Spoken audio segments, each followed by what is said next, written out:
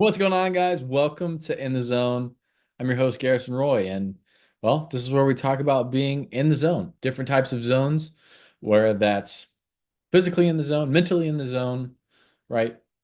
Throwing in the strike zone or hitting balls in the strike zone, right? Where it's more on the skill acquisition side. And there's different types of episodes we have with that full length interviews, mental minutes, deep dives, and rants.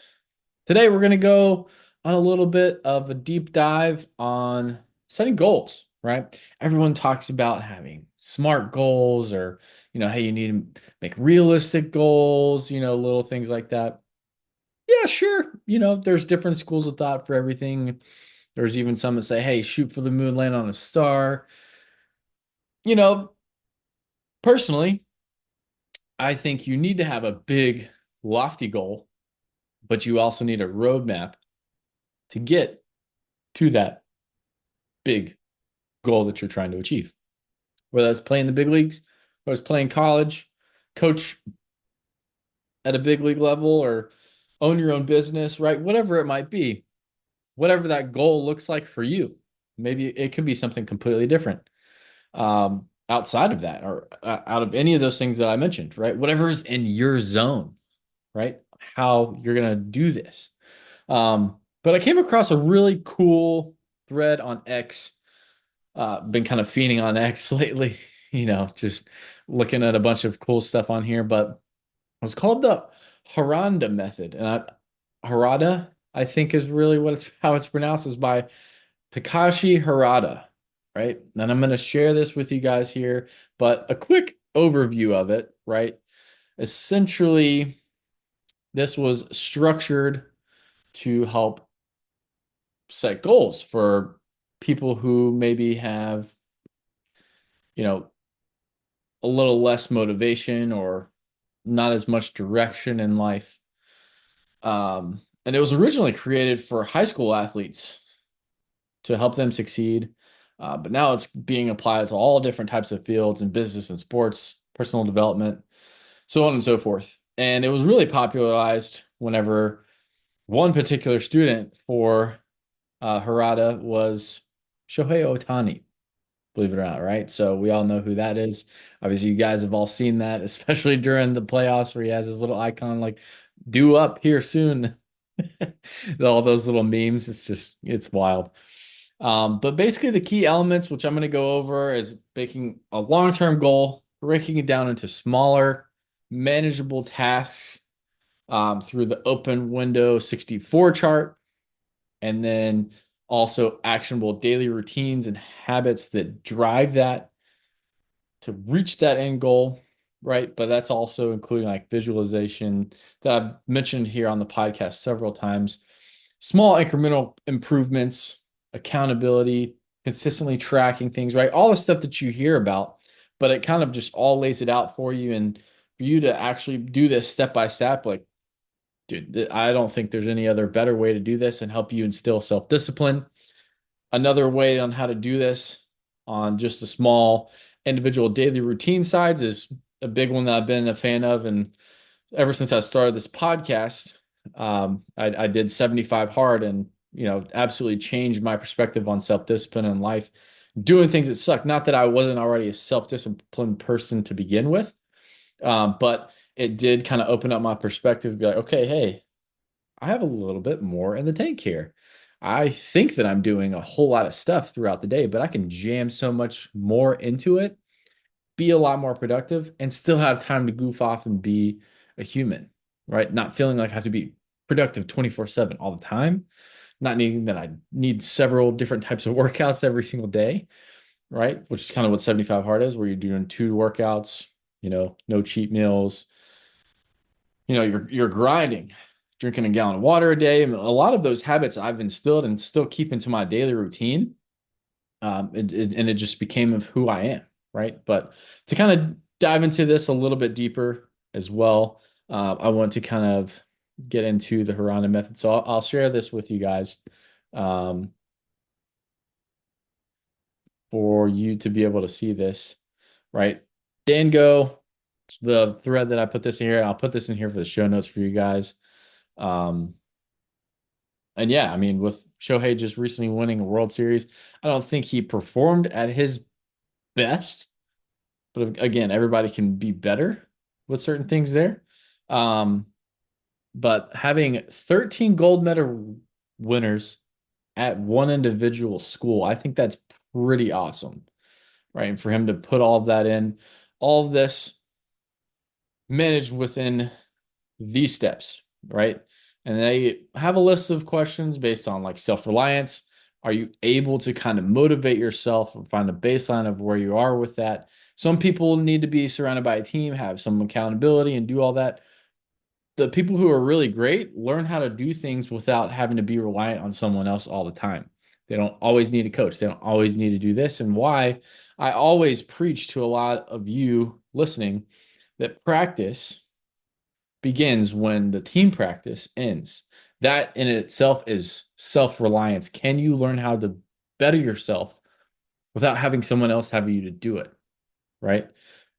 And then step two is that long-term goal, right? That North Star, as he says here, those things that'll help you just organize all the goals, your purposes, your analysis, and your action plan for your daily routines, right?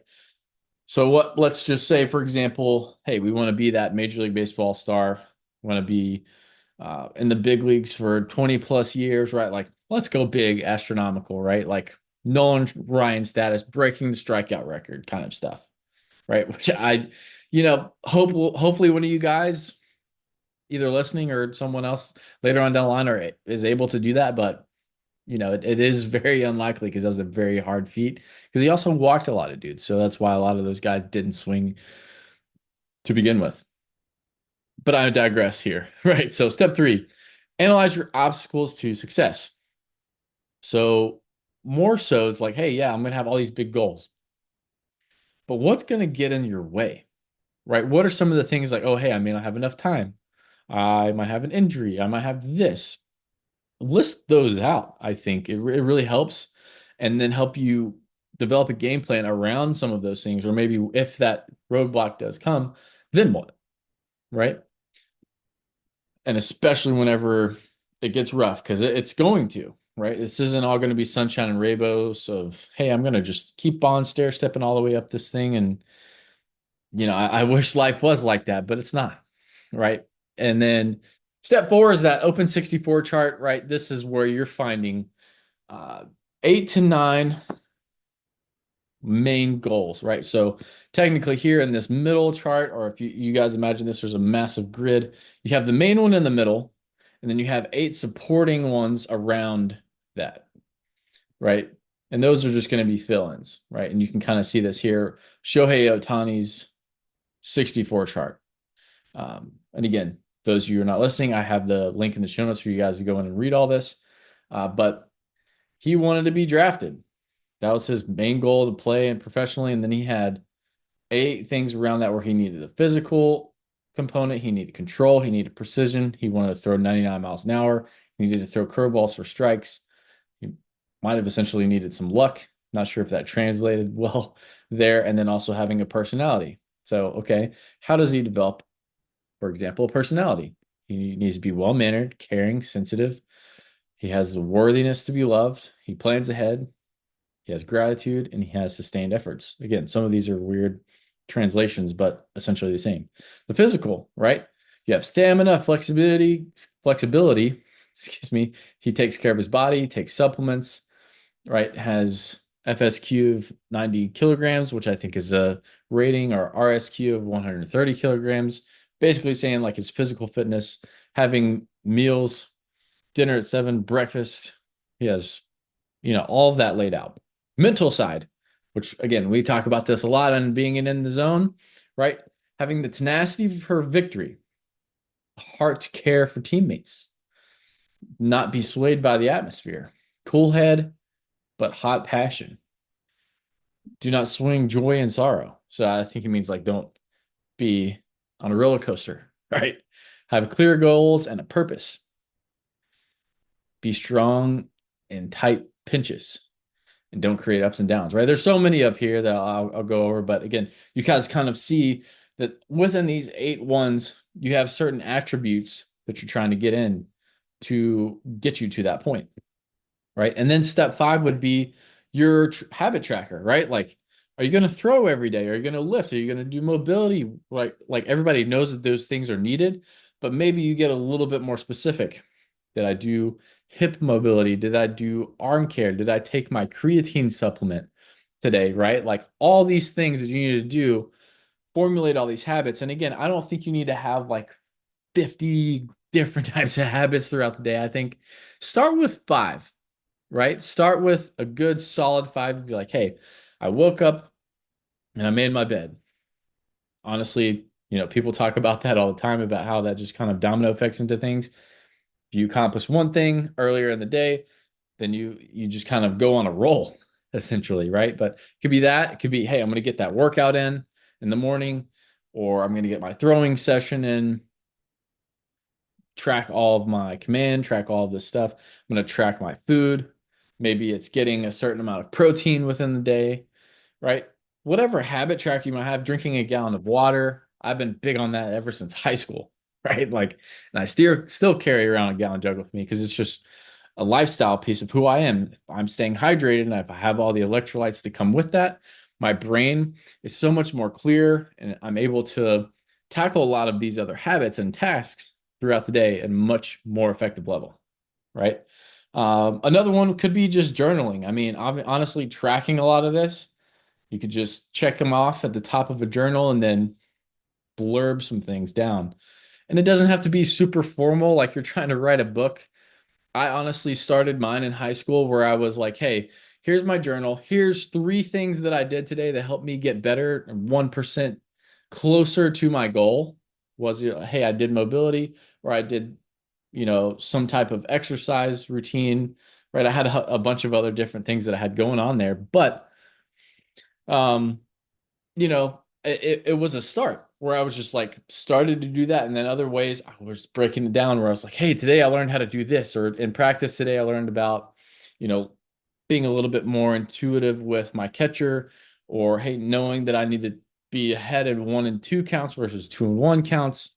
Little things, if you write it down, sometimes it sticks a little bit more. Because if you're just kind of going with it, you don't know if that's ever going to stay and resonate with you, right? Writing it down, taking notes, believe it or not, does help, even though that's super ancient. Everybody loves taking notes on their phone sometimes. Actually having a pen and paper written down, and I even do that whenever I'm interviewing the guests here on the podcast. For me to make notes as I'm listening, being more attentive, or maybe there's a talking point that I'm thinking about, right? And I even just write that down, right? Little things like that go a very, very long way.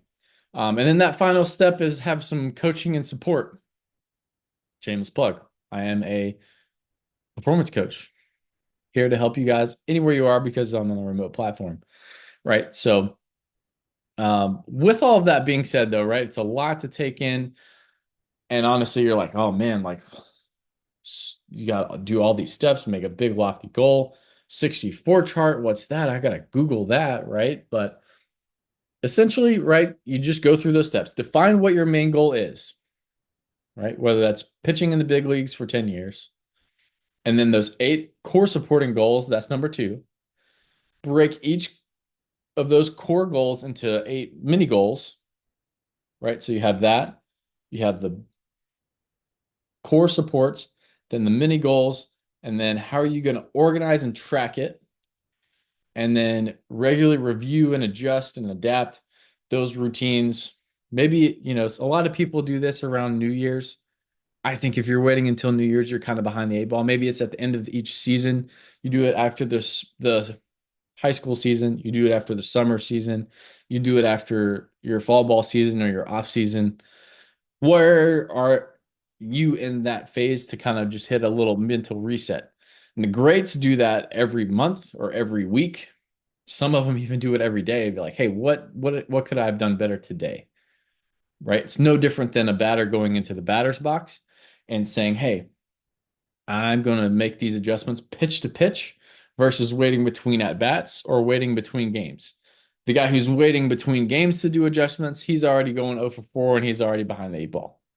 The guy who's doing it in between at bats, he's probably average at best, right? He may go 1 for 3, things like that. But the guy who adjusts between each pitch, and I'm not saying you need to change your entire swing or your entire, you know, delivery or whatever it might be. You make those adjustments pitch to pitch. That just means you're more attuned and more zoned in, right? You're in the zone.